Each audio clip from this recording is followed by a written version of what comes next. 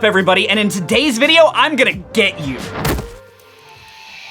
This is a review of the Maxace Serpent Striker V3, and it is perhaps the best balisong you can buy for 150 bucks. That's right, I'm gonna make that assertion right out of the gate.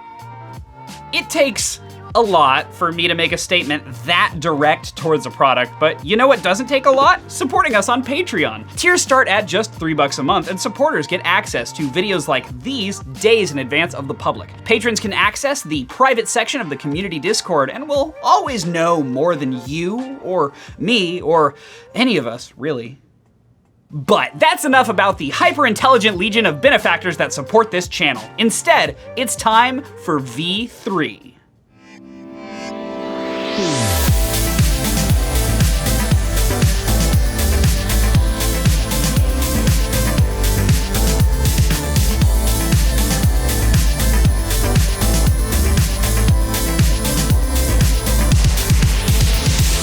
I have talked about Maxace before. I said before. Now, I have talked about Maxace before, specifically going into detail about their history in the Maxace is Underrated video here.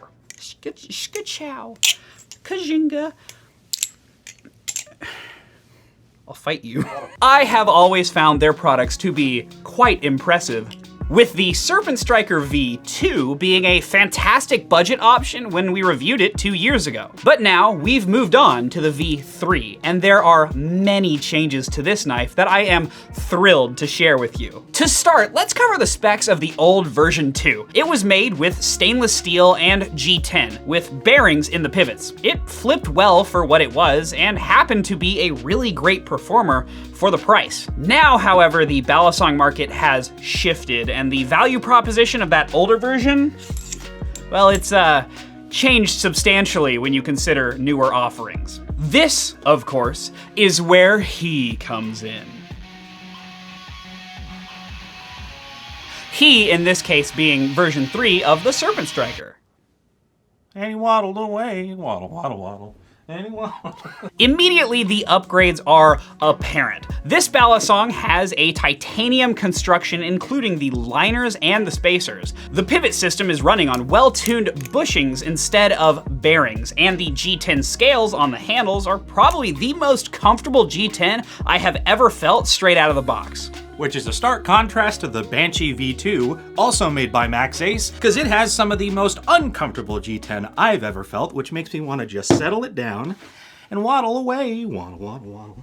The level of finish here is insane. Every edge has a nice chamfer to it, which means the whole balisong feels very comfortable in the hand. The G10 is smooth, yet grippy, and each screw was custom made to complete the unified look of the knife. It also comes with a range of customization options. For starters, it comes with both a live blade and a trainer, which is very cool. There are 4 different color options with black, white, yellow, and the pink that I have, which is objectively the best. There is also a carbon fiber variant, but it is much more expensive, and I'm not really going to consider it for this review because of that. Due to the fact that the liners and the spacers are now TC4 titanium, you can also get this customized after the fact. It is possible to send this knife out to modders and have them do some really cool things with it color-wise, like Brandon did recently with his Fellowship Blades Medusa V2. I wasn't ready! Hi. Wow! There it is, it's beautiful. Amazing. Thanks, Solar Flare. If Bally's you wanna, on Instagram. Yeah. Scripting. Thank you, Solar Flare. If you want to see the video for that, link right there on Brandon's face. It's my face.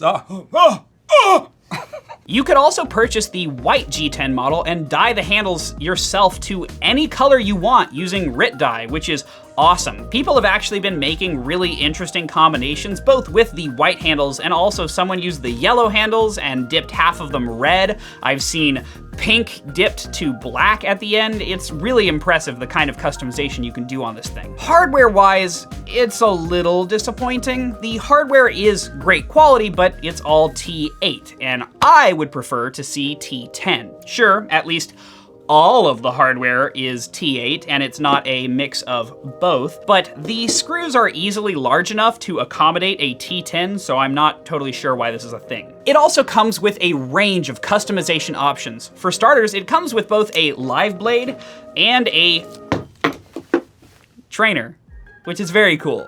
The knife does come with replacement hardware for basically everything though, which is always fantastic and something Maxace is actually known for. And personally, I do think this does make up for it being T8 in my opinion. One thing that is a bit annoying, however, is that it comes with a pocket clip and a latch pre-installed, both of which I suggest you take off before you do anything else. They throw off the balance a lot and really impact the flipping performance, so note, from here on out, when I talk about the Balisong, I am talking about it with these accessories removed. This is similar to how when I talk about Brandon, I'm talking about him with the extra eyes, ears, and tail all removed. Regardless of the minor issues, this thing is a beast in terms of build. It is incredibly well made for the price. The design hasn't changed that much from the previous version. The blade is almost the same as last time, though they changed the finish to a stone wash and gave the cutting edge a nice recurve, which I think looks incredible. The tip is very sharp now due to these changes, and while it looks great, I have a feeling it is quite fragile. The handle pattern has changed in some very minor ways, but overall, the looks of this thing call back to the original more often than not. However, the biggest changes aren't in the design, they are in the functionality. And so, without further ado, I think it's time to talk about flipping. Yahoo! Oh wow, just like a regular Yahoo gag. Haven't had that in a while.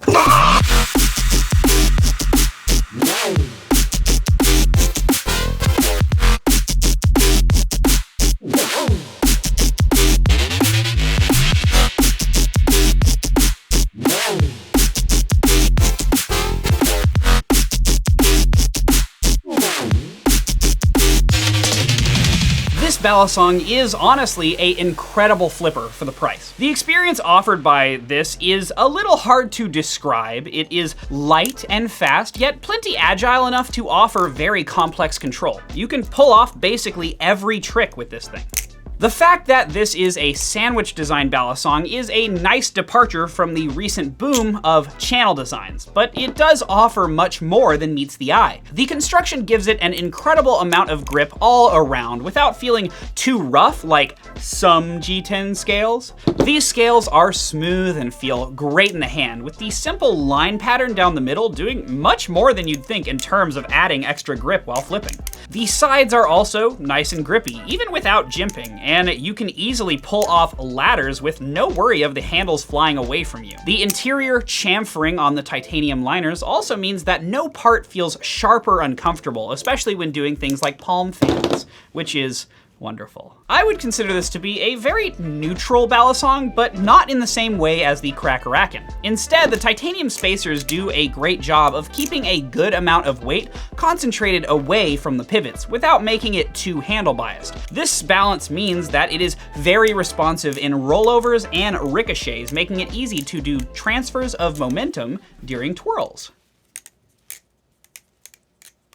Oh, wow. Wow. I am honestly shocked at the technical performance of this Balisong, especially considering the price. I would caution to say that it might be the highest performing flipper in its price range, which is very wild to say the least. This is the kind of thing that any high-level flipper would have a field day with, regardless of its slightly smaller size in the hand. It does aerials very predictably, and parabolics are easy thanks to the good balance. However, the most exceptional thing that I've noticed so far is its ability to do chaplains. In this case, I'm not sure if there's a Balisong in my collection that can do tighter chaplains than this one. It is very impressive how tightly it can hug your finger when moving quickly, and transferring it to your other digits feels great as well. Thumb chaplains, ring chaplains, pinky chaplains, and even aerial chaplain is very easy to land casually, and that is awesome. Even for me as a meh flipper, even I can pretty confidently do this right next to Will's fucking neck and not have any fears that this is gonna fly off my finger. I'm really gassing this. If you wanted to do the like longest chaplain world record, This wouldn't be bad. it would not be a bad option. There are a few things that I'm not too privy on though. The first being that the tip is sharp, like Jerry Hom levels of sharp, which also makes me think that it might be Jerry Hom levels of fragile too. This is something that Jerry actually fixed in his updated IBAS design.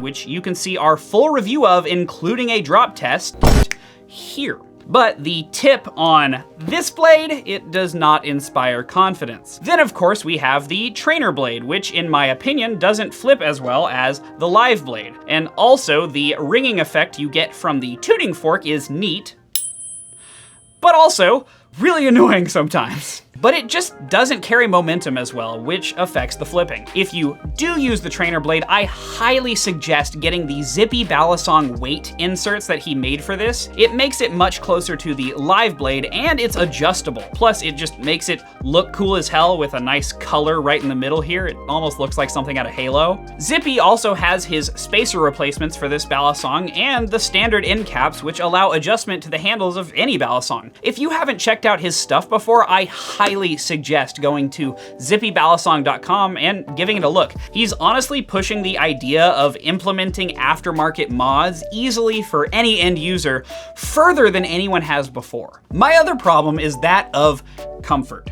My good friend Stitch of Stitched Steel, where's my alien? Here it is. Wow. Pointed out that the sides of this thing are, well, very flat, with little rounding to the edges of the G10. For comparison, we had a look at the G10 Wraith from EPS Knives. The Wraith is a fantastic Balisong, but it is also almost double the price of the Serpent Striker. However, I do think the rounding being much more comfortable on the Wraith does lead to me picking it up more often than the Serpent Striker V3 in general. It just feels slightly better to flip and carry, even if it is a minor difference. Now, sure, you might be able to customize the G10 shape using sandpaper, but I would advise against this as you could easily ruin the factory finish on it. This would be a bad thing, unlike the sanding we have to do on all of our Brandon clones daily to keep their nails from getting too long. Can't have them too sharp now. Ironically, I would have said that the G10 Wraith was much more uncomfortable than the Maxace product due to the fact that there is no chamfering on the liners whatsoever. This meant that the sides and bottom of the handles felt sharp in the hand, which required me to sand basically everything to get it to feel good. For a knife of this price, that is pretty unacceptable and does show why I'm so enamored with the finish provided by Maxace. If you don't like G10, I don't know if this will change your mind, but it's a seriously premium experience for such a cheap price. In fact, it is so cheap that you could likely afford other Balisongs to go with it, such as the Vulp, the Antarctic, the Calico, the Prisma, or the Swordfish, and many other budget options, which would all give you different flipping experiences compared to this, which I think is valuable. If you do buy more than one Balisong, or you have more than one already lying scattered about your room, it might be a good idea to protect your investment with one of our custom cases. We have Balisong cases created in partnership with My Case Builder that run as cheap as $60, yet provide storage and protection for upwards of 8 knives. No longer do you have to leave your Balisongs scattered about. Now you can keep them displayed stylishly in one of our high quality designs made specifically by me for Balisong flippers like you. Go to cases.willhirsch.gay or check the link in the description to get your own custom case for your existing or growing Balisong collection.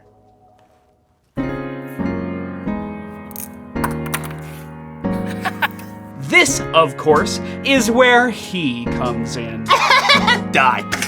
And so, yes, the Serpent Striker V3 is a massive upgrade over the previous version, not just in materials, but in performance specifically. Sure, the blade steel is only middle grade, and you need to take the latch off and the pocket clip, but these are small inconveniences compared to the quality of the final product. I am once again shocked by Maxace's ability to create fantastic products at both a cheap and expensive price point, and I'm excited to see where they go from here. Now, let's just hope that they can keep it in stock. If you're interested in the exact BS scores for this product, well, here they are. Note the high flipping and value scores, but mid to low durability and tuning ratings. The deductions here are simply due to the number of screws required during tuning and the fact that they are all T8, and of course the G10 being an easy to damage material. Overall, it is an impressive score for the price though. I I just want to give a big thank you to Maxace for sending out this product to review. I always love getting to see what they have been working on, even when it's, well, yeah. It's small. That's the joke, is it's really small.